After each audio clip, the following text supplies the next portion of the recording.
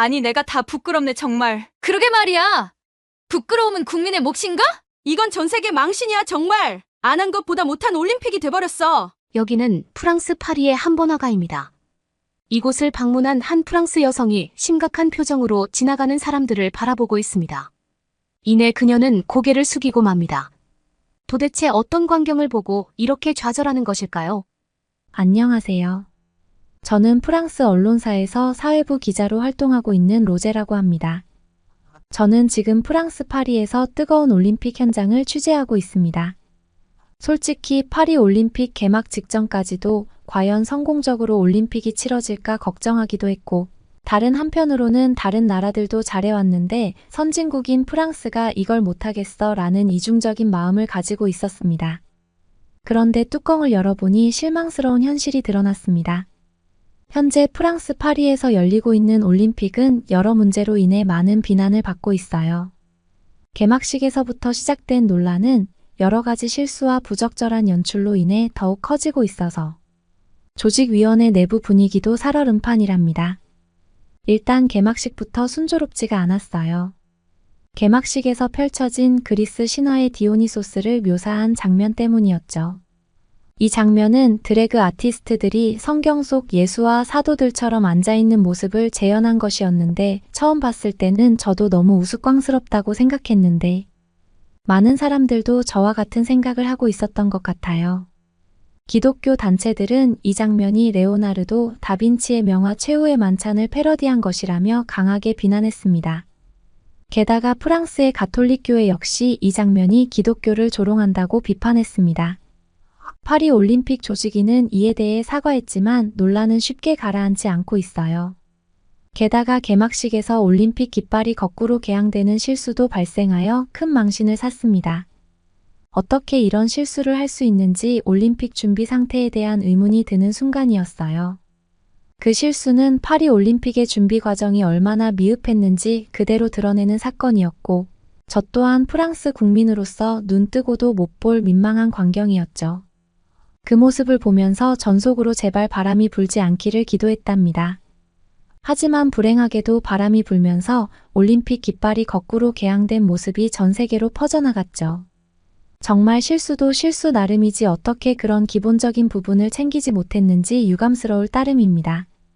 심지어 더 최악은 한국과 북한의 선수단을 헷갈려서 한국의 선수들을 북한의 선수들로 잘못 소개하는 최악의 실수까지 겹치면서 국제적 망신을 피할 수가 없게 되었답니다. 하다하다 나라를 구분도 못하다니요. 이건 정치적으로도 매우 민감한 사안이잖아요.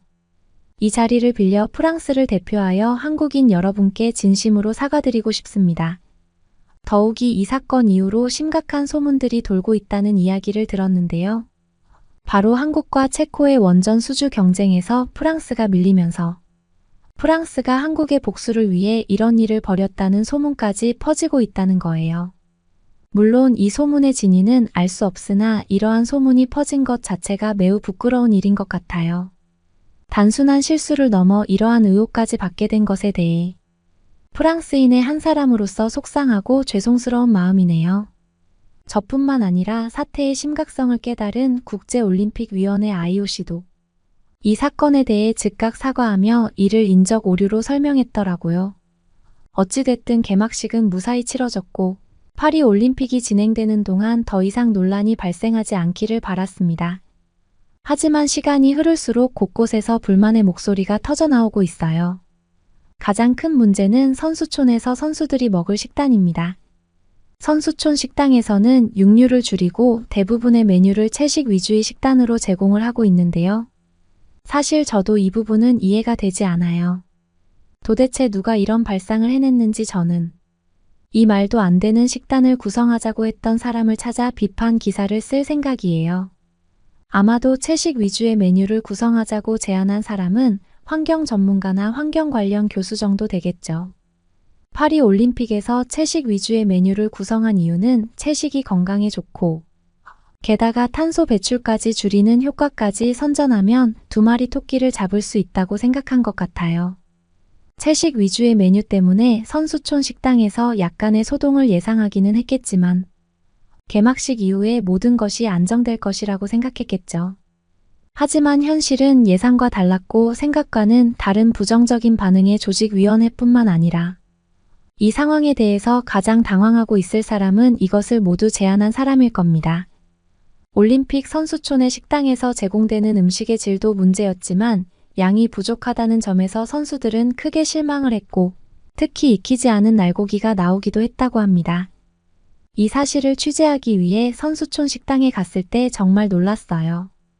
선수들 접시에 담긴 음식이란 게 초라한 샐러드 한 줌과 작은 빵 조각이 전부였거든요. 세계 최고의 선수들을 위한 식사가 이 정도라니 믿기 힘들었죠. 프랑스 자원봉사자가 친환경 올림픽을 지향해 채식 위주로 준비했다고 설명해 줬어요. 좋은 의도였지만 영양 불균형이 큰 문제였어요. 특히 근력이 중요한 종목의 선수들은 큰 고통을 겪고 있었죠. 단백질이 부족해 경기력을 제대로 발휘할 수 없다는 불만이 나왔고 양도 턱없이 부족해서 선수들은 여러 번 줄을 서야 했어요. 긴 대기 시간 때문에 훈련 일정도 지연되곤 했습니다. 한 코치는 선수들이 아침을 못 먹으면 안 된다며 아침 훈련을 30분 늦췄다고 하더라고요. 이런 상황을 보면서 정말 이게 올림픽이 맞나 하는 생각이 들었어요. 이런 상황에서 선수촌 식당에서 큰 소동이 벌어지기도 했다고 하네요. 영국 선수단이 먼저 불만을 터뜨렸고 그들은 고강도 훈련을 하는 선수들이었는데 선수촌 식당에는 계란, 닭고기, 특정 탄수화물 등이 충분치 않아서 선수들은 영국이 별도로 마련해둔 영국 훈련소에 가서 식사를 하고 있다고 했습니다. 사정이 이렇다 보니 다른 나라 선수들도 불만을 제기하기 시작했고 심지어 선수들이 선수촌을 무단으로 이탈하고 있으며 일부 선수들은 컨디션 저하로 조기 귀국하는 사례도 생겨났습니다. 그 이야기를 들으니 이대로 가다간 파리 올림픽 자체가 욕만 먹다가 끝날 수도 있겠다는 생각이 제가 다시금 땀이 흐르더라고요. 하지만 제 입장에서 아무것도 할 수 있는 일이 없었습니다. 그저 사실에 근거한 뉴스를 제작하고 잘못된 점은 비판하며 잘하고 있는 점은 칭찬하는 기사를 쓸 수밖에 없었죠. 그런데 그때 믿기 어려운 소식을 들었는데 한국 대표팀이 자국 선수들을 위해 직접 도시락을 준비한다는 것이었어요. 파리에 있는 팀 코리아 파리 플랫폼은 한국의 진천 국가대표 선수촌과 매우 유사한 환경을 조성하여 선수들이 경기 준비에만 전념할 수 있도록 했고 매일 신선한 고기 반찬과 밥이 담긴 한식 도시락을 만들어 선수촌으로 보낸다는 것이었어요. 소갈비, 닭고기, 조림 등 선수들이 충분한 영양소를 섭취할 수 있도록 영양가 높은 반찬들이 다수 포함되어 있었고 이런 모든 준비를 위해 한국은 10명의 조리사를 프랑스로 파견했던 거죠. 더 놀라운 사실은 다른 나라 선수들이 한국 대표팀의 이러한 지원을 부러워하고 있다는 것이었습니다. 그리고 한국 도시락에 대한 다른 나라 선수들의 요청이 많아져 150인분에서 500인분으로 늘리고 배송 횟수도 하루 2번으로 증가시켰다고 해요. 고기가 부족해 어려움을 겪던 해외 선수들에게 한국이 구원자 역할을 하고 있는 셈이죠. 파리 올림픽 위원회가 하지 못한 일들을 한국이 해내고 있는 모습을 보니 참 민망하고 부끄러웠습니다. 이를 본 영국은 셰프를 파견해 도시락을 준비 중이고 호주 대표팀도 한국을 따라 자국에서 음식을 공수해 왔다고 합니다. 이 사실을 전해 듣고 나서 든 생각이 각국이 이렇게까지 움직이게 만든 것은 파리 올림픽이 그만큼 부족한 부분이 많다는 거죠. 사실 한국의 이런 세심한 접근은 이번이 처음이 아닌 것은 잘 알고 있어요. 이전 평창 올림픽에서도 선수촌 식당에 음식 관련 민원이 전혀 없었던 것은 유명한 이야기잖아요. 평창 올림픽 선수촌 식당은 민원이 전혀 들어오지 않은 최초의 선수촌 식당이었다고 하더군요. 이런 점에서 한국의 배려와 센스가 돋보인다고 생각했습니다. 하지만 선수촌 식당 문제도 모자라 더 큰 문제는 여기저기에서 불쑥 튀어나왔는데요. 바로 에어컨 사용 제한 문제였어요. 경기장으로 이동하는 셔틀버스에서 에어컨을 켜지 않아 폭염 속에서 선수들은 제대로 쉴 수 없었고 거의 탈진 직전 상태로 도착하는 일도 있었다고 합니다. 한국의 수영 유망주 황선우 선수는 버스 안이 사우나 같아요. 수영장까지 가는데 보통 40분이 걸리는데 오늘은 1시간 반이나 걸렸어요. 테러 위협 때문에 창문을 열 수 없고 에어컨도 못 켜서 정말 힘들었어요 라고 말한 인터뷰 기사를 접했을 때 정말 저게 사실인가 믿기 어려웠어요. 그런데 실제로 한 선수가 버스 안의 더위를 견디지 못하고 실신해 병원으로 이송되기까지 했다네요. 게다가 믿기 힘들겠지만 선수촌 숙소에도 에어컨이 없었습니다. 파리 올림픽 선수촌은 최신 친환경 기술을 적용해 새로운 선수촌을 지은 거예요. 그런데 친환경 올림픽을 고수하다 보니 새 건물임에도 불구하고 에어컨이 없는 거예요. 7월의 파리는 진짜 덥거든요. 한 역도 선수는 사우나에서 자는 것 같다고 농담 반 진담 반으로 말했어요. 밤새 땀을 흘리니 컨디션 조절이 안 된다고 했죠. 창문을 열면 모기가 들어오고 닫으면 숨이 막힐 것 같다고 했습니다. 선수들은 작은 선풍기 앞에서 밤을 지새우고 있었습니다. 한 체조 선수는 올림픽 준비하면서 이렇게 고생할 줄 몰랐다며 눈물을 글썽이더라고요. 그런데 침대도 문제였어요. 일회용 골판지로 만든 침대였는데 체격 좋은 운동 선수들에게는 전혀 적합하지 않아 보였죠. 한 농구 선수는 잠을 제대로 못 자고 있다며 한숨을 쉬더라고요. 이런 모습을 보면서 도대체 이런 기본적인 것들을 왜 제대로 준비하지 못했는지 의문이 들었습니다. 그런데 대부분의 나라의 선수들은 이렇게 힘들어하고 있었는데 한국 선수들의 방에서는 웃음소리가 들렸습니다. 한국 선수단은 80개의 방을 배정받았지만 한국 선수단 역시 에어컨이 없는 저탄소. 올림픽 선수촌에서 지내고 있는 건데 왜 그렇게 즐거운지 궁금했어요. 알고 보니 한국은 에어컨이 없는 숙소의 상황을 대비해서 이동형 에어컨 26대와 친환경 특수냉 매제를 활용한 쿨링 재킷, 그리고 담요 같은 생활 필수용품을 준비해 왔더라고요. 원래는 에어컨을 자체 설치하겠다고 올림픽 조직위원회에 요청했으나 소비 전력 문제로 조직위가 반대의 뜻을 표했다고 합니다. 그러자 다른 방법으로 더위를 이겨내기 위해 한국 선수단은 다양한 준비를 한 것이죠. 쿨링 재킷은 제가 직접 사용해 봤는데 정말 시원했습니다. 하나 달라고 할 뻔했지만 참았죠.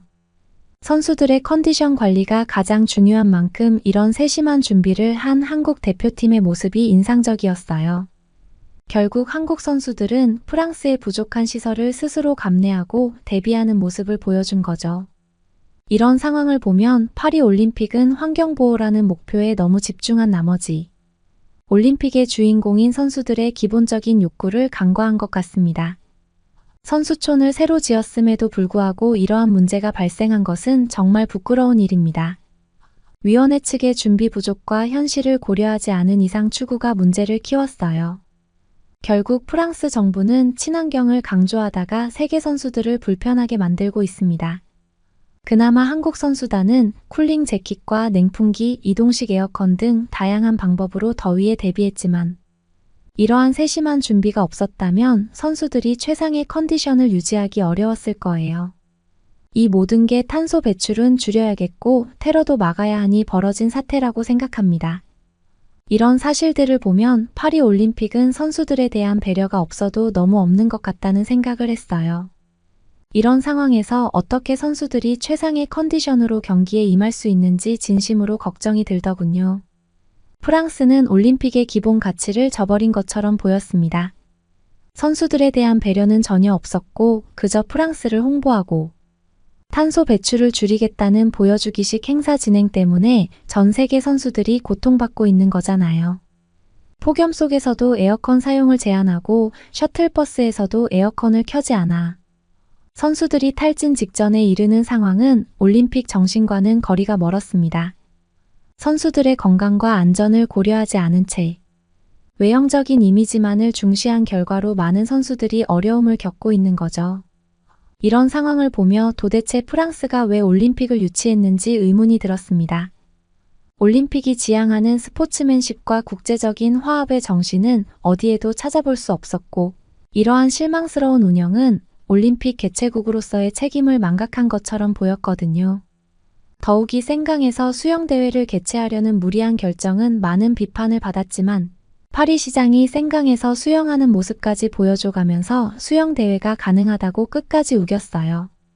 생강은 역사적으로 오염 문제로 논란이 많았던 곳으로 수질 개선을 위해 많은 노력이 있었지만 여전히 수영대회를 치르기에는 부적합하다는 우려가 많았지만 그걸 다 무시했죠. 수영대회를 생강에서 치르려는 무리수는 선수들에게 적합한 환경을 제공하는 것보다 생강이 이미지 개선에만 집중한 것으로 밖에 보이지 않고 올림픽이 선수들의 꿈을 실현하는 무대가 아닌 단지 홍보수단으로 전락한 듯한 느낌을 지울 수 없습니다. 결국 생강의 수질 문제로 인해 올림픽 전 테스트 이벤트와 트라이애슬론 훈련 세션이 여러 번 취소되었잖아요. 게다가 최근 강으로 인해 생강의 박테리아 수치가 안전 기준을 초과하면서 아예 수영 경기가 불확실한 상황에 놓였습니다. 선수들의 건강과 안전을 보장할 수 없다는 우려가 커지면서 결국 생강에서의 수영대회 계획은 취소되거나 대폭 수정될 가능성이 큽니다. 이럴 거면 처음부터 센 강에서 수영대회를 하겠다는 무리수를 두지를 말던가. 괜히 욕만 먹고 아무것도 해내지 못하는 프랑스가 정말 무능하기 짝이 없다고 생각해요. 이런 상황에서 한국은 단연 돋보였어요. 한국은 단순히 선수단 준비만 철저히 한 것이 아니었습니다. 파리 시내 한복판에 한국 문화를 홍보하고 한국 기업들의 기술력을 자랑하는 코리아하우스를 열었더라고요. 그곳에서 제공되는 한국 음식은 파리 시민들 사이에서도 큰 인기를 끌며 입소문이 나기 시작했고, 저도 결국 그 인기를 체험해보기 위해 방문하게 되었는데요. 일단 규모를 보고 놀랐어요. 약 70평에 달하는 넓은 정원에 한국의 전통시장을 그대로 옮겨놓은 듯한 분위기였죠. 게다가 만두, 떡볶이, 주먹밥 등 다양한 한국 길거리 음식 가게들이 줄지어 있었고, 그 가게들 앞에는 정말 많은 사람들이 모여 있었습니다. 저는 이곳이 처음에는 한국 선수들과 교민들을 위한 공간이라고 생각했지만, 다른 나라 선수들도 이곳을 많이 찾는 것을 알게 되었습니다. 외국 선수단도 많이 와서 이야기를 나눠보니, 한 영국 선수는 선수촌 식사에 만족하지 못해서 이곳에서 끼니를 해결하고 있는 중이라고 말했어요. 그런데 줄이 너무 길어서 그냥 갈까 고민하다가 기다려봤는데, 기다린 보람이 있다며 비빔밥이 너무 맛있다고 극찬을 하더라고요. 그리고 그 선수의 얼굴이 아직도 잊히지 않는데, 그 선수는 신선한 채소와 밥, 고기가 들어있어 든든해요. 선수촌 식당에 이런 음식이 있었다면 밖으로 나올 필요가 없었을 거예요 라고 말했습니다. 그 말에 또 저는 부끄러워졌어요. 또 다른 브라질 선수는 여기에 와서 한국 음식을 먹으니 스트레스가 풀리고 다른 선수들과 교류하면서 올림픽이 단순한 경쟁이 아니라는 걸 느낄 수 있어요 라고 말하더라고요. 그 브라질 선수의 얼굴 표정이 정말 행복해 보였습니다. 코리아하우스를 통해 한국은 한국 음식과 문화를 알리며 선수들의 건강도 챙기고 있습니다. 반면 파리 올림픽은 환경 보호에 집중한 나머지 선수들의 기본적인 욕구를 충족시키지 못하고 있으니 이 차이가 올림픽의 성패를 가를 수도 있다는 생각도 들었어요. 프랑스도 미식의 나라로 알려져 있지만 왜 이번 올림픽에서는 그 명성을 살리지 못했을까 하는 아쉬움이 정말 크게 남더라고요. 심지어 한국 음식 문화뿐만 아니라 한국의 대기업인 삼성도 이번 올림픽에서 큰 역할을 하고 있었어요. 삼성은 모든 올림픽 참가 선수들에게 최신형 스마트폰인 갤럭시 Z 플립이 올림픽 에디션 1만 7천 개를 선물했습니다. 경기 후 선수들이 이 스마트폰으로 찍은 사진들이 SNS를 통해 전 세계로 퍼져나갔는데, 이를 통해 진정한 올림픽 마케팅을 실감할 수 있었습니다. 우연히 SNS를 보다가 호주 테니스 대표 다리아 사빌의 갤럭시 언박싱 영상을 보게 되었는데, 그녀가 너무 아름답다고 말하는 모습이 인상적이었습니다.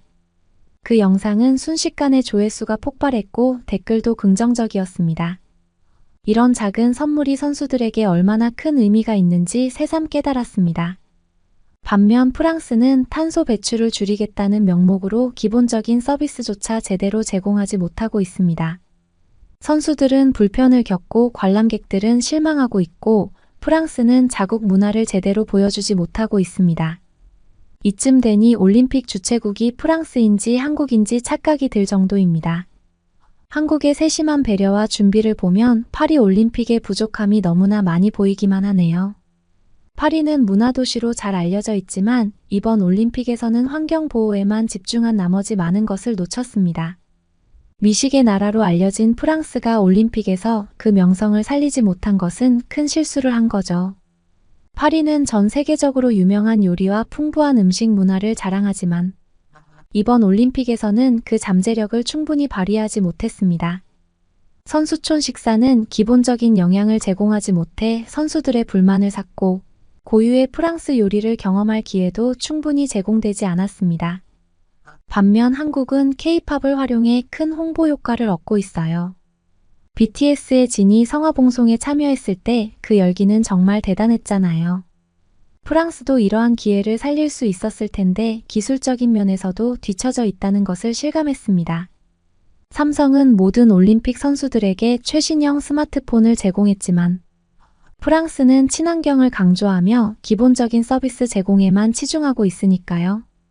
게다가 치안 문제도 심각한데 최근 아르헨티나 축구팀 훈련 중에 괴한이 침입해 시계와 귀중품을 도난당한 사건이 발생했잖아요. 그런데 피해액은 약 500만 원에 달하며 아르헨티나의 감독 카비에르 마스체라노는 훈련 중 발생한 도난 사건에 대해 언급하며 선수들이 시계와 반지 등 여러 귀중품을 잃었다고 밝혔는데요. 이런 일이 발생하니 선수들이 어떻게 안심하고 경기에 임할 수 있을지 우려됩니다. 사실 파리는 예전부터 치안 문제로 악명이 높았습니다.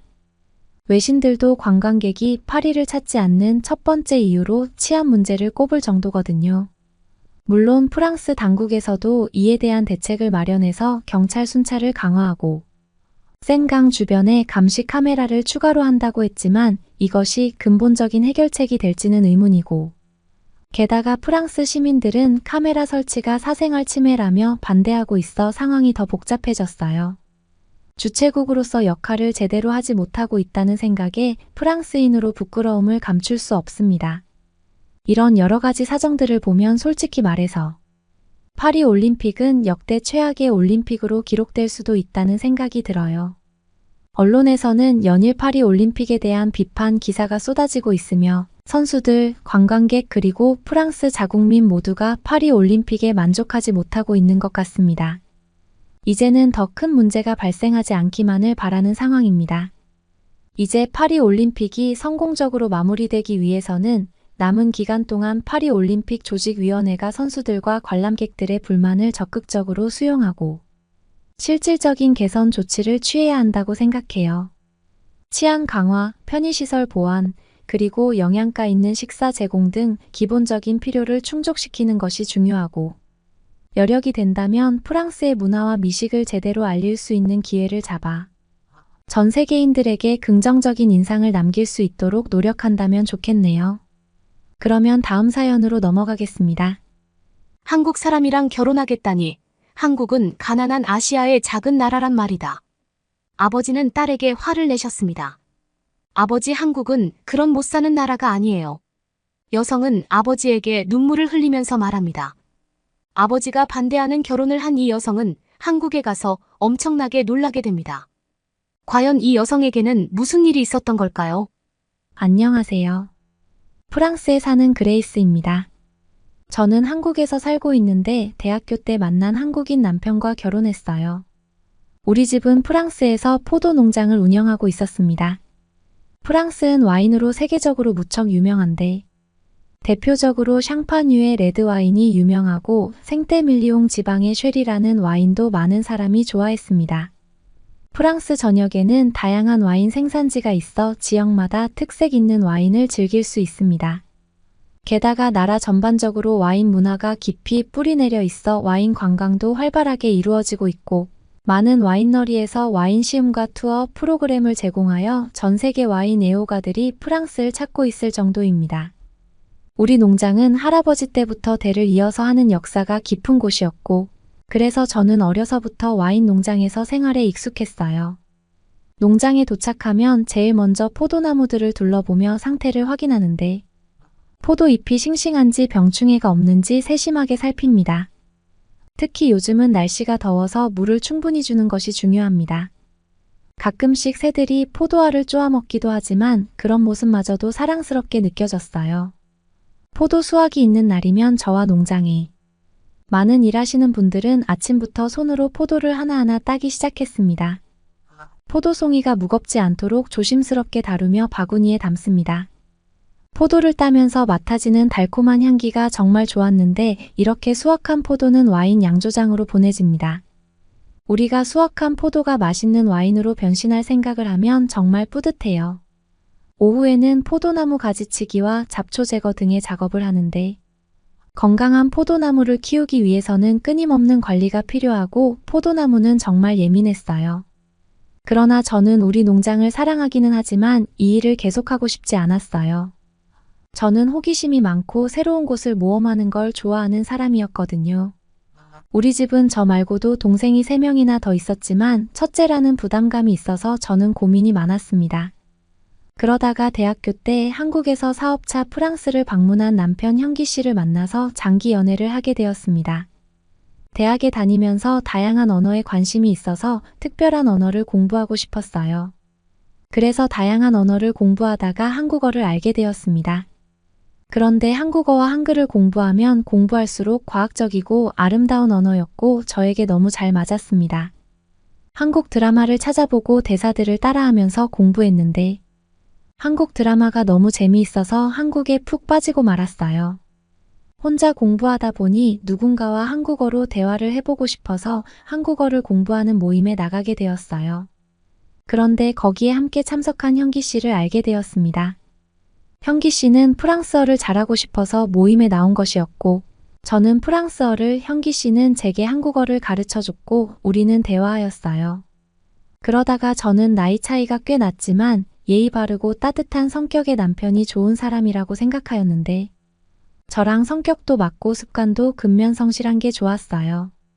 그리고 형기 씨는 프랑스와 여러 나라의 와인을 수입해서 파는 사업을 하고 있어서 포도 농장을 하고 있는 우리 집에 대해서 이야기하다 보니 너무 말이 잘 통했습니다. 그렇게 몇 년 동안 장거리 연애를 하다가 우리는 결혼까지 약속하게 되었어요. 문화 차이도 있었지만 대화로 서로 오해하지 않게 잘 풀었던 게 우리가 장거리 연애를 하면서도 잘 된 이유 같았습니다. 하지만 문제는 저희 아버지였는데 프랑스에 대한 자부심과 함께 대를 이어서 하고 있는 포도 농장을 소중하게 생각하시는 분이었어요. 아버지는 당연히 제가 포도 농장을 물려받을 걸로 생각하셨는데 결혼해서 한국에 가서 살겠다는 말에 크게 화를 내셨습니다. 한국은 아시아의 작은 나라이고 중국이나 일본보다 좋지도 않은데 그런 나라에 가서 가난하게 살 거냐며 안 된다고 반대를 하셨어요. 유럽에서는 한국을 잘 알지도 못했고 한국보다 북한이 유명해서 그런지 아버지는 편견을 가지고 계셨습니다. 저는 한국은 그런 나라가 아니라고 말씀드렸지만 들으려고도 안 하셨어요. 게다가 남편과 제가 나이 차이가 크게 나는 것도 못마땅해 하셨어요. 하지만 어머니는 굳이 제가 포도 농장을 물려받지 않았으면 하셨고 좋아하는 사람이랑 제 꿈을 펼치면서 행복하게 살았으면 하셨어요. 그래서 형기 씨가 우리 집에 와서 자신의 당당한 포부를 이야기하며 저와 행복하게 살고 싶다고 말을 했을 때 형기 씨를 좋게 보셨어요. 아버지는 못마땅해 하셨지만 제 확고한 고집도 꺾을 수 없었고 어머니가 찬성을 하자 결국 결혼을 허락해 주셨어요. 그렇게 결혼 후에 한국으로 와서 살게 되었습니다. 한국어도 공부하고 드라마도 자주 봤지만 한국은 처음이라서 모든 것이 새롭고 신기했습니다. 한국은 생각보다 더 멋진 곳이었고 현대적이고 발전한 모습의 한강변으로 차를 타고 집으로 가면서 정말 놀랐어요. 처음에 남편이 아파트에 살자고 했을 때 저는 형기 씨가 사업이 잘 안 되는 건가 하고 생각이 들었습니다. 그런데 한국에 와서 우리가 살 집을 보러 가서는 깜짝 놀랐어요. 유럽에서는 아파트라고 하면 못 사는 사람들이 저렴하게 여러 명이 사는 곳을 아파트라고 불렀거든요. 그런데 직접 본 한국의 아파트는 엄청 높았고 단지로 되어 있었어요. 단지 안으로 들어갔더니 멋진 공원처럼 잘 꾸며져 있고 폭포도 있었어요. 아이들이 예쁜 놀이터에서 뛰어놀고 있는 모습이 너무 평화롭고 귀여웠습니다. 저는 그 모습을 보면서 저도 모르게 우리도 아이가 생기면 저기서 뛰어놀면 좋겠다는 생각이 들었고 이곳은 아름다운 작은 도시 같은 곳이었어요. 게다가 아파트 건물은 너무 고급스러웠고 입구도 주민만 열 수 있는 문이 있어서 안전해 보였어요. 엘리베이터를 타고 올라가자 우리 집에 현관이 나왔는데 형기 씨는 입구에 도어락을 가리키며 이거 지문 인식으로 열리니까 아무나 우리 집에 들어올 수 없다고 말해줬어요. 그리고 카메라 같은 게 붙어 있는 곳을 가리키며 사람이 이 앞에 오면 바로 녹화가 된다고 했어요. 저는 프랑스에서는 도어락도 이런 카메라도 본 적이 없어서 이렇게 안전하고 기술력이 뛰어난 곳은 처음이라서 한국이 엄청난 곳이라는 생각이 들었습니다. 집은 굉장히 넓었고 높은 층이라서 그런지 멀리 창 밖의 풍경이 정말 멋졌습니다. 저는 한국에서 대학원에 입학해서 한국어 통번역을 공부했고 한국에서 생활하면서 프랑스와 다른 매력에 한국에 푹 빠져버리고 말았습니다. 한국에 살게 되면서 정말 좋았던 점을 몇 개 말하자면 먼저 교통이 있었습니다. 한국은 대중교통이 너무 잘 되어 있었어요. 그래서 지하철과 버스만 타면 어디든 갈 수 있었고 교통비도 정말 쌌습니다. 교통카드 하나만 있으면 갈아타면 할인하는 제도까지 있어서 너무 좋았어요. 차가 없으면 어디 나가기 불편했던 프랑스에 비해 한국은 너무 살기 편했습니다. 그리고 거리가 깨끗하지 못했던 프랑스에 비해서 한국은 정말 거리가 깨끗했어요. 거리에 마구 쓰레기가 버려진 곳도 잘 없었고 쓰레기통도 없는데 신기하게 한국은 깨끗했습니다. 한국 사람들이 시민의식이 뛰어나서 막 쓰레기를 바닥에 버리는 것도 보지 못했어요. 가장 마음에 드는 점이라면 한국은 정말 안전했어요. 저는 거리를 걸을 때마다 적응이 안 되는 게 어린아이들이 핸드폰을 들고 통화하면서 다니는 모습이었습니다. 유럽에서는 어른들도 걸어가면서 통화를 하다가 핸드폰을 도둑 맞을 수도 있어서 조심해야 했어요. 그런데 여기는 그런 걱정이 없다는 게 정말 좋았어요. 한밤중까지 하는 상점과 음식점도 많아서 저녁 8시쯤이면 모두 문을 닫는 유럽에 비해서 거리가 환했습니다. 그리고 24시간 하는 편의점은 신세계였습니다. 밤에 먹을 게 없는데 무엇인가 먹고 싶으면 우리 부부는 둘이 편의점에 가서 라면과 삼각김밥을 먹었는데 저는 한동안 편의점에 빠져서 살이 쪘어요. 게다가 핸드폰으로 주문만 하면 음식도 바로 집까지 배달해주는 배달 시스템은 한국이 너무 좋아지게 만들었습니다. 제가 요리를 잘 못하던 시절에 배달 음식들이 저를 정말 많이 도와줬거든요. 한국에는 정말 많은 배달 음식들이 있었는데 한국 치킨과 족발, 짜장면 등은 제가 좋아하는 야식이 되었어요. 그러나 한국에서 생활하다 하루는 체중계 위에 올라갔다가 정말 제 몸무게에 놀랐고 그때부터는 야식은 끊어야 해서 참 슬펐습니다.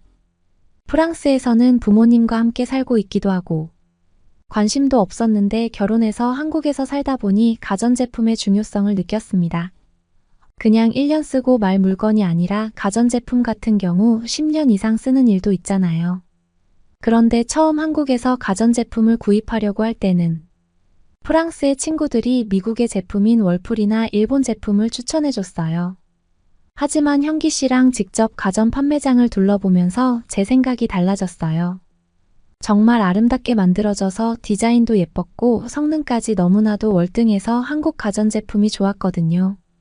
그래서 인터넷으로 여러 구매 후기들을 찾아보다 보니 세계의 많은 사람, 심지어 미국 사람들까지 한국 가전을 칭찬하는 글들이 가득했습니다. 특히 미국에서는 월풀을 꺾고 LG전자가 백색 가전에서 1위까지 하고 있다고 해서 놀랐어요.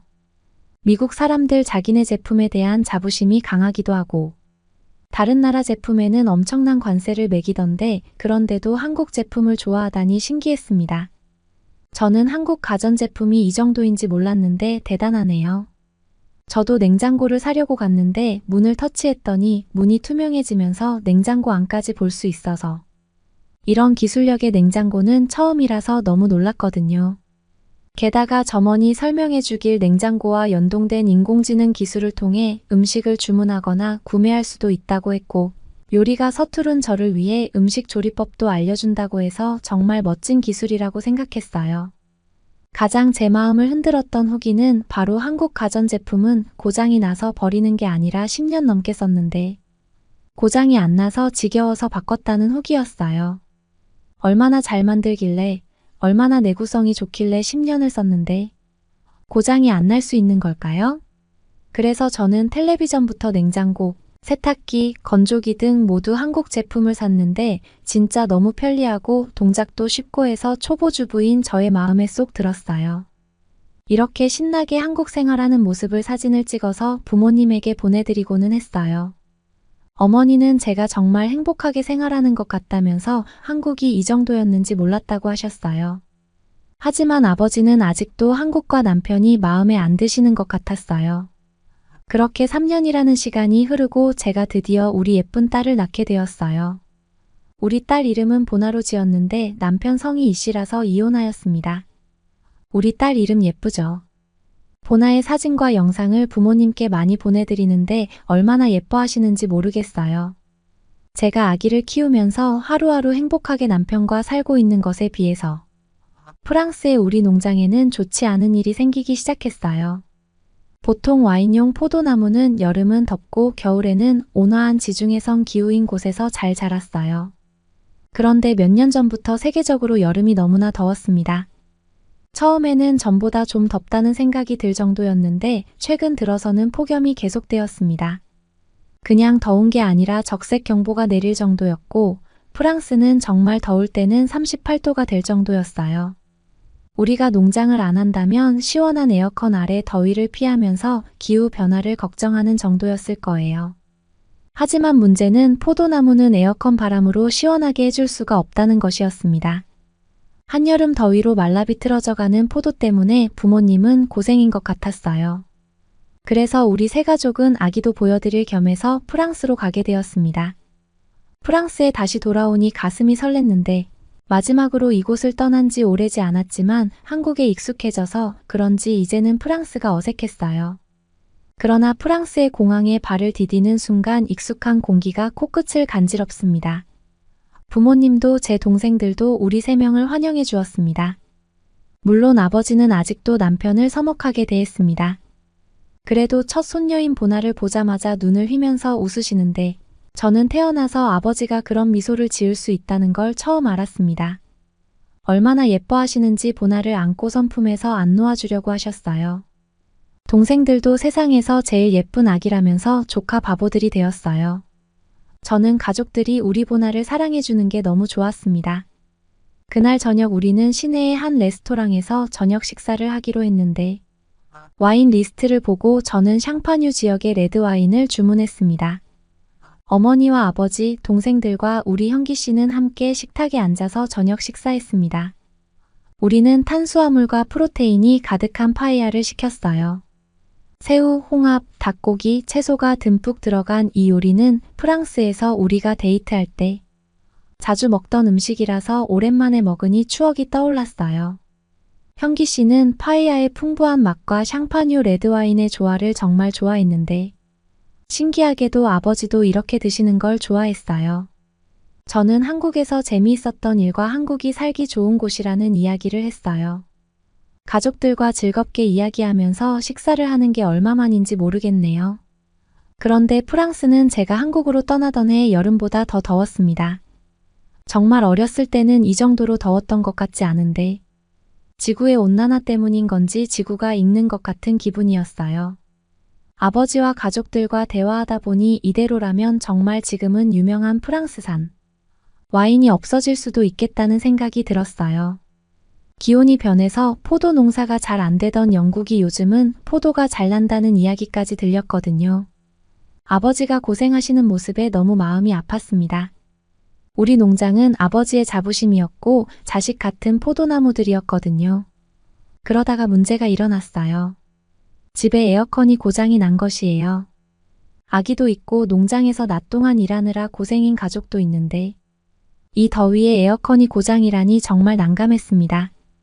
아버지는 그냥 고쳐서 쓰면 된다며 신경을 쓰지 말라고 하셨어요. 하지만 에즈센터에서는 고치는 데만 해도 몇 주가 걸린다고 했습니다. 그러자 남편은 이번에 자신이 장모님과 장인어른에게 선물을 하고 싶다고 했어요. 그래서 남편과 우리 가족은 여러 곳의 가전 판매점을 돌아다니면서 에어컨을 구경했어요. 생각보다 한국의 가전제품이 인기가 많아서 물건이 없는 곳도 많았는데 다행히도 삼성전자의 에어컨을 구입할 수 있었습니다. 남편이 에어컨 설치비를 더 줄 테니 빨리 설치해달라고 해서 우리는 다행히도 이틀 만에 집에 에어컨을 설치할 수 있었어요. 아버지 몰래 설치했는데 저녁 때 집으로 돌아온 아버지는 집이 이상하다는 걸 느끼셨어요. 집에 어디에서도 바람이 부는 곳이 없는데 집이 시원했던 거예요. 아버지는 집을 이리저리 둘러보시는데 집의 구석에 있는 기다랗고 하얀 물건을 보시고는 이게 무엇이냐고 하셨어요. 동생은 아버지에게 에어컨이라고 하였어요. 아버지가 그렇게 에어컨을 못 알아보신 이유는 길고 네모난 스탠드형 디자인이었고 예전에 흔히 보던 에어컨과는 다르게 세련된 모양으로 생겼기 때문이었습니다. 게다가 이번에 산 에어컨은 무풍 에어컨이라서 바람이 아니라 냉기로 시원하게 만들었거든요. 어머니는 사위 덕분에 여름에 시원하게 보낼 수 있다고 좋아하셨어요. 동생은 신이 나서 리모컨을 보여주면서 이걸 누르면 이렇게 되고 하면서 설명했어요. 아버지는 이렇게 시원하고 좋은 에어컨은 처음이라고 했어요. 이전에 쓰던 에어컨도 비싼 돈을 주고 미국의 유명한 에어컨을 사신 것이었는데 이렇게까지 시원한 적은 없었거든요. 저는 이게 한국에서 만든 제품인데 정말 좋은 제품이라고 말씀드렸고 제가 한국에서 가전제품을 한국 것으로 사용하는데 정말 한국의 가전이 요즘은 최고라고 했어요. 한국이 이런 제품도 만드느냐고 놀라시면서 아버지는 한국이 대단하다고 하셨어요. 그리고는 현기 씨에게 조금 부끄러워하시면서 고맙다고 말씀하셨어요. 저는 그 모습을 보면서 너무 행복한 기분이 들었습니다. 저녁을 먹으면서 아버지에게 저는 조심스럽게 인간이 자연을 이길 수는 없다고 말했어요. 남편은 포도의 품종을 바꿔보거나 아니면 다른 농작물로 바꿔보는 건 어떨지 말했습니다. 저는 아버지가 화를 내실 줄 알았는데 아버지도 고민을 많이 하신 것 같았어요. 남편은 아버지에게 너무 머리가 복잡하실 때는 여행을 하시면서 마음을 비우는 것도 도움이 되실 거라면서 한국 여행을 오시라고 했어요. 이번에는 한국의 좋은 곳을 다 가보자고 현기 씨가 다정하게 말했어요. 그리고 와인 못지않게 한국의 전통술도 맛있다면서 꼭 대접하고 싶다는 이야기에 아버지가 좋아하셨어요. 그래서 우리 가족은 조금 선선해지는 가을에 한국으로 여행 오기로 했어요. 공항에서 우리를 배웅하면서 손녀딸과 헤어지는 게 무척 섭섭하신 아버지와 어머니, 그리고 동생들의 모습을 볼 수 있었고 이게 가족이구나 생각이 들었습니다. 다음에 한국에 오면 다 함께 즐겁게 한국 여행을 해야겠다고 마음속으로 다짐했습니다. 저의 이야기는 여기까지입니다. 여러분 그레이스 씨의 이야기 어떻게 보셨나요? 정말 더운 여름입니다. 한국도 무척 더운 여름이지만 유럽의 더위는 요즘 상상을 뛰어넘는다고 하네요. 예전에는 냉장고, 텔레비전이 한국의 제품이 최고라고 했다면 요즘은 에어컨이나 선풍기 등 한국 제품의 인기가 엄청나다고 합니다. 기온 변화로 그레이스 씨의 포도 농장이 정말 힘들다고 하는데 정말 기술력이 발전했지만 아직까지 날씨까지는 어떻게 할 수 없는 것 같습니다. 한국의 에어컨이 프랑스의 그레이스 씨 가족에게 조금이나마 도움이 되었으면 좋겠습니다. 그리고 더운 여름 이 영상을 보는 많은 분들도 건강하게 여름 보내시길 바랄게요. 그러면 다음 사연으로 넘어가겠습니다. 지금 미국에서 공부하고 의사가 되면 연봉 5억도 꿈이 아닌데 왜 내가 한국까지 가서 그런 걸 배워야 하는 거니? 어머니는 여성을 붙잡고선 애원합니다. 하지만 여성의 한국에 가겠다는 의지는 견고했습니다. 과연 이 여성에게는 어떤 일이 있었던 걸까요? 안녕하세요. 미국에서 온 라피앙입니다. 저는 지금 한국에서 한의학을 배우고 있는 대학생입니다. 미국에서 온 제가 동양의 의술인 한의학을 배우고 있다는 사실에 조금 의아한 분들이 많으실 것으로 생각이 됩니다. 사실 저는 미국에서 의대를 다니고 있었어요. 어려서부터 저는 의사를 꿈꾸었습니다. 사람을 돕고 목숨을 구할 수 있는 의사는 너무 멋졌고 저도 사람들을 돕고 싶었습니다. 그래서 고등학교 때 과학과 수학 과목도 열심히 하였고 병원에서 자원봉사도 하였습니다. 그리고 그렇게 원하던 의과대학에 장학금까지 받으면서 합격할 수 있었습니다. 하지만 공부하면 할수록 의문이 떠올랐어요. 분명히 수술은 완벽하게 되었는데 왜 죽게 되는 사람이 생길까에 대한 의문이었습니다. 현대의학의 관점에서 보자면 아픈 부위의 수술만 잘 된다면 병이 나아야 한다고 생각했는데 병원에서 자원봉사를 하고 대학에서 공부할수록 이건 뭔가 이상하다고 생각하게 되었습니다. 그래서 저는 이런 고민을 친구들에게 말했어요. 그런데 제 친구 중에 한국에서 이민을 온 친구가 있었는데 이런 말을 하는 거예요. 한국에는 한의학이 있는데 인간의 몸을 전체적으로 보기 때문에 수술로 딱 안 좋은 부위만 고치고 끝나는 서양의학과는 다른 관점에서 볼 수 있다고 했어요. 하지만 저는 확신이 안 생겼어요. 솔직히 미국에서 한의학을 접할 기회가 거의 없었거든요. 그러던 어느 날 제가 운동을 하다가 다리를 접질리게 되었어요. 너무 아프고 걷기도 힘들어서 눈물이 나올 것만 같았습니다. 하지만 병원에 가자니 분명히 엑스레이며 이것저것 비용만 엄청나게 나올 걸 알고 있었어요. 의대생인데 병원에 가는 게 두렵다는 게 웃긴 일이지만 미국의 현실이 이랬어요. 그래서 약을 바르고 잤는데 다음날 제 부은 발목을 보고선 너무 놀랐습니다. 그걸 본 한국 친구가 병원에 가라고 했는데 제가 별 치료도 안 해줄 텐데 돈만 들 거라고 안 간다고 했습니다. 그러자 그럼 한의원에 한번 가보는 건 어떠냐고 했어요. 침 맞고 찜질하면 금세 나을 수 있다는 거예요. 저는 한의원을 한 번도 가본 적이 없어서 한의원을 가보고 싶었어요. 그래서 한국 친구와 함께 한의원에 가게 되었어요. 우리가 간 한의원은 아담하고 깔끔한 외관을 자랑하고 있었는데 문을 열고 들어가니 실내는 아늑하고 조용한 분위기였습니다. 접수 데스크에서 친절한 직원이 저를 맞아주었고 발목을 삐어서 왔다고 말하고 접수 절차를 마쳤습니다. 잠시 기다린 후 한의사 선생님이 저를 진료실로 들어오라고 하셨는데 한의사님은 중년의 한국인이었고 부드럽고 차분한 목소리로 저를 맞이했습니다. 진료실은 전통적인 한국 장식으로 꾸며져 있었고 차분한 음악이 흐르고 있었어요. 저는 한의사님에게 어떻게 다리를 삐었는지 설명했어요. 그러자 한의사님은 제 발목을 살펴보더니 손으로 조심스럽게 만져보았습니다.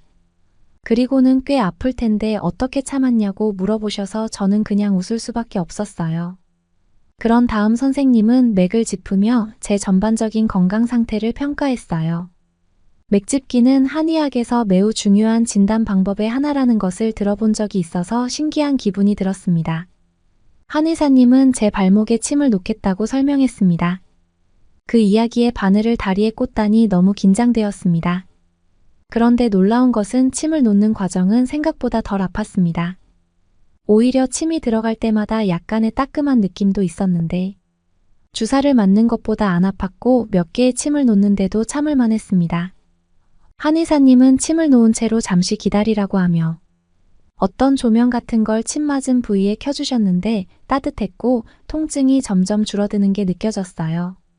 그 후 뜸을 사용하여 추가적인 치료를 했는데 작은 쑥을 사용하여 따뜻한 열기를 발목에 전달하는 이 방법도 처음 경험하는 것이었지만 편안한 느낌이 들었습니다.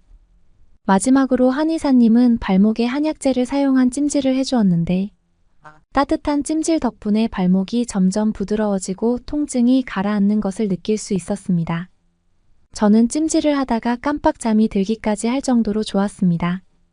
치료가 끝난 후 한의사님은 제게 몇 가지 생활 습관과 운동법을 알려주었고 발목을 다치지 않도록 주의할 점과 집에서 할 수 있는 간단한 스트레칭 방법 등을 설명해 주었습니다.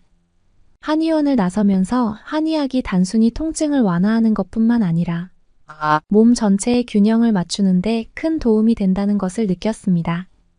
처음으로 경험한 한의학 치료는 생각보다 훨씬 만족스러웠고 발목도 많이 나아진 것 같았어요.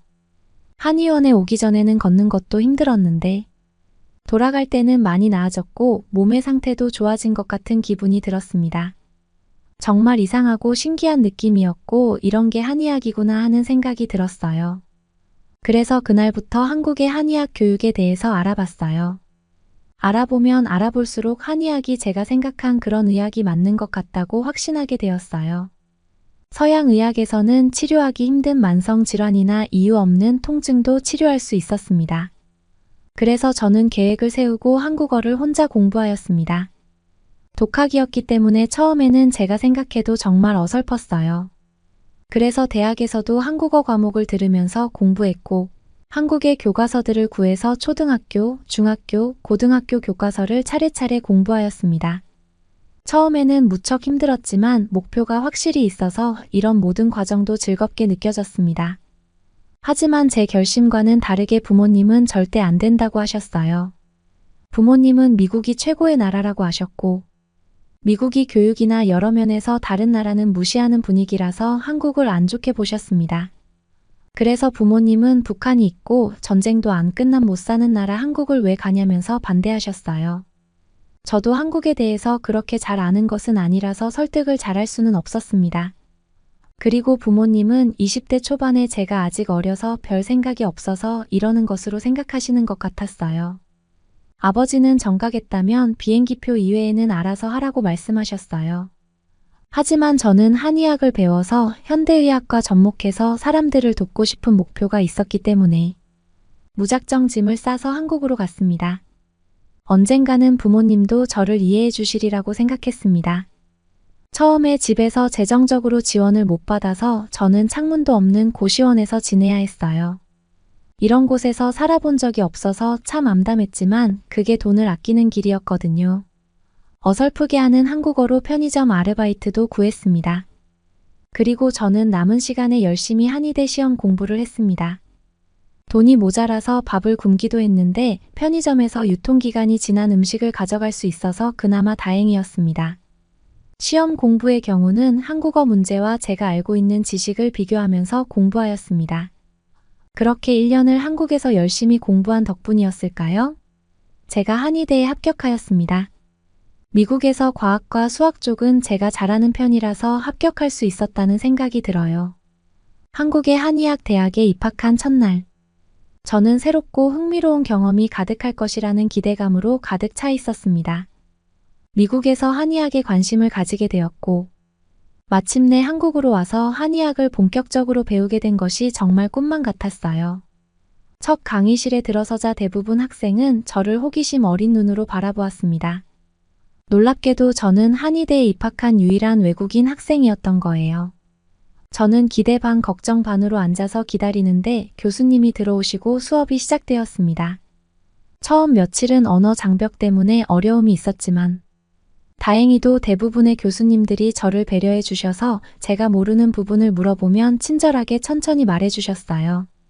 강의 내용은 정말 흥미로웠고 첫 수업은 한의학의 역사와 철학에 대한 것이었는데 이론과 함께 다양한 고대 문헌을 공부했습니다. 교수님은 동양의 철학적 관점에서 인체를 어떻게 바라보는지 설명하셨고 음양오행설과 같은 개념을 깊이 있게 다루어 주셨어요. 수업 중에는 다른 학생들과 함께 토론도 많이 했는데 한국 학생들은 기본적으로 한의학에 익숙한 모습이었고 정말 똑똑한 학생들이 많았습니다. 실습 시간에는 직접 침을 놓아보는 기회를 얻었는데 처음에는 침을 다루는 것이 서툴고 긴장이 돼서 손이 덜덜 떨렸지만 교수님의 세심한 지도 덕분에 점점 익숙해질 수 있었어요. 내 손으로 직접 환자를 치료할 수 있다는 생각에 가슴이 뛰었어요. 물론 처음에는 마네킹을 대상으로 연습했지만 나중에는 실제 사람에게도 침을 놓아볼 수 있었습니다. 그때의 긴장감과 동시에 느껴진 성취감은 정말 잊을 수 없는 경험이었습니다. 한의대 생활은 단순히 공부만 하는 것이 아니었고 한국의 전통 문화도 경험할 수 있었습니다. 예를 들어 동기들과 함께 한의학 박물관을 방문하기도 하고 한약재 시장을 탐방하기도 했습니다. 이 과정에서 배운 것들은 교과서에서 얻을 수 없는 소중한 지식이어서 좋았습니다. 또한 한국의 한의대 생활은 공동체 의식이 강하게 느껴졌는데 학생들 간의 유대감이 굉장히 끈끈했고 서로 도와가며 공부하는 문화가 자리 잡고 있었어요. 처음에 과연 내가 한국 학생들과 친해질 수 있을까 생각했는데 저는 동기들과 친해지기 위해 한국어를 더 열심히 공부했고 모르는 게 있으면 동기들에게 물어봤어요. 한국 학생들은 겉보기에는 냉정해 보였는데 제가 뭘 모르고 질문을 하면 자신이 모르는 내용이라도 찾아서 알려줄 정도로 정이 많았어요. 교수님도 제가 어떤 것에 대해 잘 이해가 안 가서 찾아가서 질문을 하며 그 내용에 대해 2시간 동안 설명을 해주신 적도 있을 정도로 친절하고 좋으신 분들이었어요. 수업 시간에도 많은 걸 배웠지만 학생들과 교수님과 질문과 대화를 나누면서 배우는 게 더 많았습니다. 그런데 한국 학생들과 저는 참 스타일이 다르다고 공부하면서 느꼈는데 저는 주로 이해를 해야 머릿속이 정리되고 그 내용을 기억할 수 있었는데 저에 비해 한국 학생들은 암기 위주로 공부하였습니다. 그런데 한국 학생들은 정말 그 짧은 시간에 엄청나게 암기를 잘했고 강의 내용이 머릿속에 다 들어있는 것처럼 제가 질문만 하면 다 답을 해줄 정도였어요. 한의대가 시험이 대단히 많았는데 다들 시험도 너무 잘 쳐서 제 점수를 보면서 창피한 적이 한두 번이 아니었어요. 하지만 아르바이트와 학교 공부를 병행하는 게 정말 쉽지 않았지만 최선을 다했습니다. 한 학기가 지나면서 저는 한국의 한의대 생활에 점점 더 적응하게 되었어요. 물론 여전히 어려운 부분도 많았지만 모든 것이 저를 성장시키는 과정이라고 생각했어요. 공부하면 할수록 한국에서 한의학을 배우기로 결심한 것은 정말 잘한 선택이라는 생각이 들었습니다. 제가 아는 서양의학 지식과 한의학을 접목하면 다양한 환자에게 많은 도움이 될 거라는 확신이 생겨갔어요. 저는 한국에 있으면서 한국의 여러 가지 좋은 점을 알게 되었고, 한국 사람들도 너무 좋아져서 한국에 온 게 참 다행이라는 생각이 많이 들었습니다. 그렇게 한국에서 2년 넘게 한의학을 배우기 위해 노력했는데, 얼마 못 가서 미국으로 돌아올 줄 알았던 딸이 아직도 한국에서 열심히 공부하는 모습을 보시자 부모님은 마음이 바뀌셨어요. 그래서 부모님이 딸이 공부하는 나라인 한국이 궁금해서 한국으로 여행을 오시겠다고 하는 거예요. 저는 어머니 아버지를 오랜만에 보게 된다는 소식에 너무 행복한 기분이었어요. 부모님이 오시는 날 두 분을 만나기 위해 인천공항으로 향했습니다. 오랜 시간 비행기를 타고 오시는 부모님은 처음으로 한국 여행을 오시는 것인데 한국의 인천공항을 보시면 많이 놀라실 것 같았습니다. 저는 두근거리는 마음으로 입국장 밖에 서서 기다리면서 입국장 문이 열릴 때마다 부모님이 나오시나 고개를 빼고 살펴보았습니다. 드디어 부모님의 모습이 보였고 그동안의 그리움이 한꺼번에 밀려오며 눈시울이 붉어졌어요. 우리는 서로를 꼭 안고 인사를 나누었는데 어머니와 아버지는 저한테 그동안 고생이 많았다고 하셨어요. 공항을 나서며 부모님은 공항의 규모와 아름다움에 매우 놀라셨는데 정말 대단하다며 여기가 공항이냐며 한국의 공항은 마치 유명한 쇼핑몰이나 백화점과 같이 멋진 곳이라고 감탄하셨습니다. 지하철을 타기 위해 교통카드를 개찰구의 기계에 찍은 후에 지하철로 내려갔습니다. 지하철역으로 내려가서 부모님은 한국의 지하철역을 한참 보셨어요. 너무 깨끗하고 스크린도어가 있어서 안전하게 보인다고 하셨어요. 그도 그럴 것이 우리 집이 있는 뉴욕의 지하철역에는 약에 취한 노숙자나 이상한 사람이 많고 사람들이 철로에 쓰레기는 얼마나 많이 버리는지 냄새도 안 좋았거든요. 그래서 뉴욕에서 지하철을 타는 걸 너무 싫어했는데 한국의 지하철은 너무 좋았습니다. 부모님과 함께 지하철에 탔는데 지하철도 너무 깨끗하고 좌석도 좋고 모든 게 좋았는데 미국에 살 때는 이렇게 깨끗한 지하철역도 없고 지하철도 너무 지저분해서 비교되었습니다. 부모님은 한국은 미국에 비해 못 사는 나라라고 생각했는데 공항과 지하철을 보시더니 적잖이 당황하시는 것 같았어요. 게다가 우리가 지하철의 타자 좌석에 앉아 있던 한국 여성 두 분이 일어나면서 아버지와 어머니를 앉을 수 있게 해주셨어요. 제가 우리 집 막내라서 부모님이 나이가 있으셨는데 자리를 양보해주는 한국 사람들에게 놀라시는 것 같았어요. 너무 친절한 한국 사람들을 한국에 오자마자 만나서 한국의 대단함을 벌써 부모님이 느끼신 것 같아서 저는 한국 사람이 아닌데도 그 모습이 너무 뿌듯했습니다. 빠르고 정확한 한국의 지하철을 타고 우리는 숙소 근처의 역에서 내렸습니다. 지하철역에 엘리베이터도 있고 에스컬레이터도 있어서 우리는 짐이 많았지만 힘들이지 않고 지상으로 올라갈 수 있었습니다. 일주일 동안 부모님과 한국의 여러 곳을 여행했는데 부모님은 처음에 한국에 올 때랑 달리 한국에 관한 생각이 확 바뀌어서 미국으로 돌아가셨어요. 한국에서 부모님이 가장 좋아한 요리는 바로 한국 삼계탕이었습니다.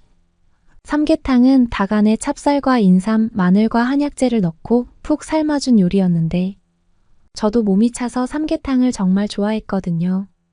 부모님은 처음에는 삼계탕의 모양을 보시더니 약간 망설이는 것 같으셨어요. 그런데 닭고기를 조금 뜯어서 드시더니 너무 맛있다고 놀라셨어요. 미국에는 닭고기 수프라는 게 있는데 아플 때 먹기 좋은 요리인데 아버지는 그것보다 맛있다면서 정말 잘 드셨어요. 게다가 안에 찹쌀도 부드러워서 잘 넘어간다고 좋아하시면서 드셨습니다. 아버지가 좋아하시는 모습을 보자 삼계탕을 먹으러 가기로 한 제 선택이 잘한 것 같아서 기분이 좋았어요. 어머니는 다 드시고 나서 몸이 너무 따뜻하고 기분도 좋다면서 어쩐지 몸에 힘이 나는 기분이 든다고 하셨어요. 저는 어머니에게 삼계탕에는 한약재와 인삼같이 좋은 게 들어있어서 기운이 나게 한다는 말을 해드렸어요. 그리고 한국에서 정말 좋아하셨던 것은 화장실이었어요. 여행 중에 화장실 갈 일이 자주 생겼는데 미국에서는 공중 화장실이 잘 없고 있어도 지저분해서 들어가기가 꺼려지거든요. 하지만 한국은 공중 화장실도 많고 잘 되어 있습니다. 부모님은 그걸 모르시고 처음에는 걱정이 많으셨어요.